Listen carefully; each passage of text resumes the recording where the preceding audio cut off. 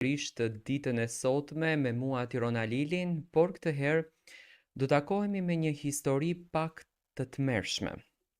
Unë e di që kjo histori do të paragjykohet shumë, sepse isha konfuz në fakt a duhet ta rrëfej apo nuk duhet ta rrëfej, por për të qenë transparent ndaj të gjithave historive që vinë në rubrikën time, vendosa që ta rrëfej.